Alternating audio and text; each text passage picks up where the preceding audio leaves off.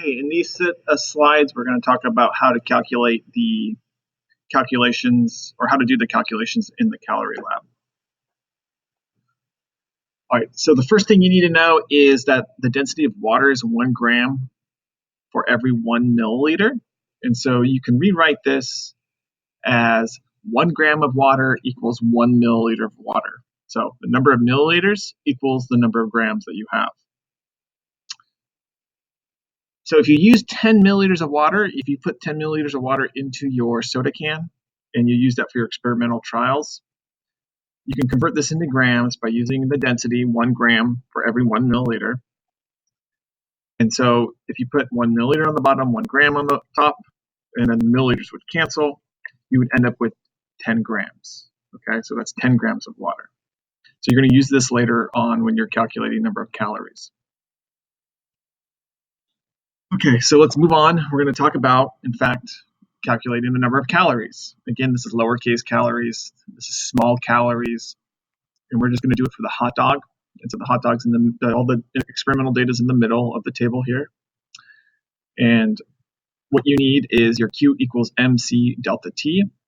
Now, all of these variables correspond to water. So for example, it's the mass of the water that you used in your experimental trials, which we calculated in the last slide. It's the specific heat of water, which is the definition of a calorie, 1 calorie per gram times Celsius. And you measured the change of temperature of water. So all these pertain to water. And so if you use 10 milliliters, that's 10 grams of water. And if you used so water, the specific heat of water is 1 calorie per gram times Celsius. And then you have your temperature change. And again, what you measured was the temperature change of water. Okay. And so if you were to compute this, you would end up with 153 small calories. So that's how you do it. You'd go on and you would do the same thing for Flaming Hot Cheetos, same thing for goldfish. The same process. All right. So once you have your calories calculated, your small calories, you can calculate calories per gram. So this per gram means for every 1 gram of food. So this is where you factor in the amount of food that was burned. And so the way that you find out the food that was burned, you take the difference of the food. So you take your 153 calories, you divide it by the difference, which is 2.1 grams, minus 1.6 grams. And then you'd have 153 over 0.5.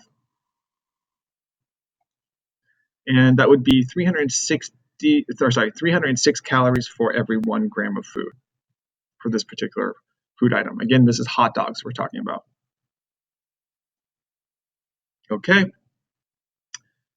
To calculate kcals, again, we're dealing with hot dogs. We already have the calories calculated. So all you need to do is take your calories, your small calories, and then simply convert them like we've been doing in all the warm-ups. And so you put the small calories on the bottom and the big calorie on top.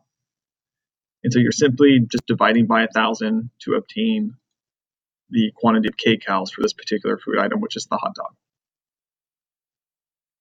Okay, calculating calories per gram. So big calories per gram this time. So all you have to do is take your small calories per gram information, plug it in. So it's 306 small calories for every 1 gram. And you have your conversion factor from kcals to small cals. And so you plug that information into your equation and you want the small cals to cancel.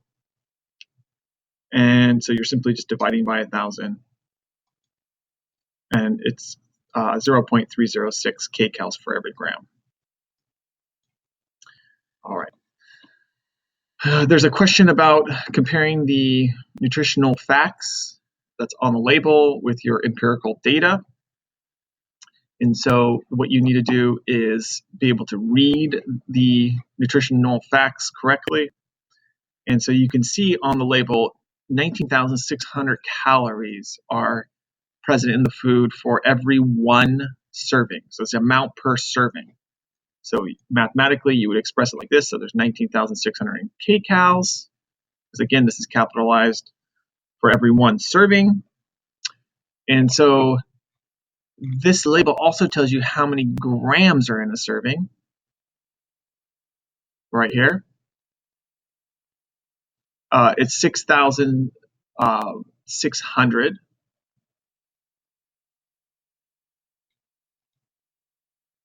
Right here. So you have one serving equals 6,600 grams. And then you're going to simply try to cancel out this serving. So you put the serving on top, the 6,600 grams on the bottom. These will cancel. And then this will give you the kcals per gram. So then you would compare this to the kcals per gram that you calculated with your experimental data.